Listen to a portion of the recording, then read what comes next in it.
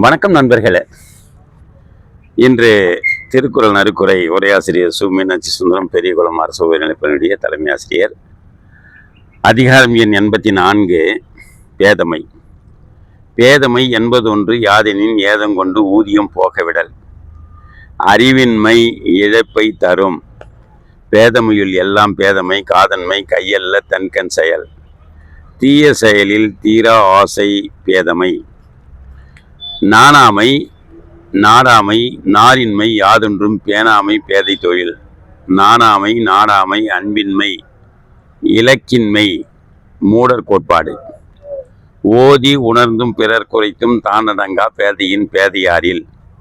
புத்தி கூறியும் நடவாதவன் பேதையிலும் பேதை.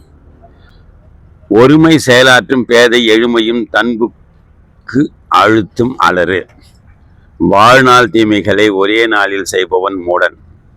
பொய்ப்படும் ஒன்றோ புனைபூணும் கையறியா பேதை வினை மேற்கொளின்.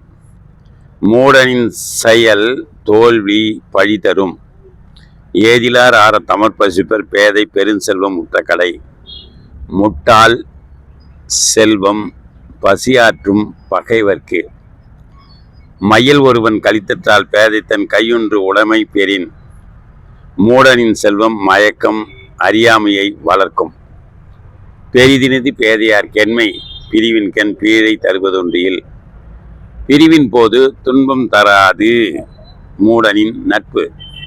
கழாக்கால் பள்ளியில் வைத்தத்தால் சான்றோர் குழாத்து பேதை புகழ். சான்றோர் அவையில் பேதை நுழைவது கூடாது.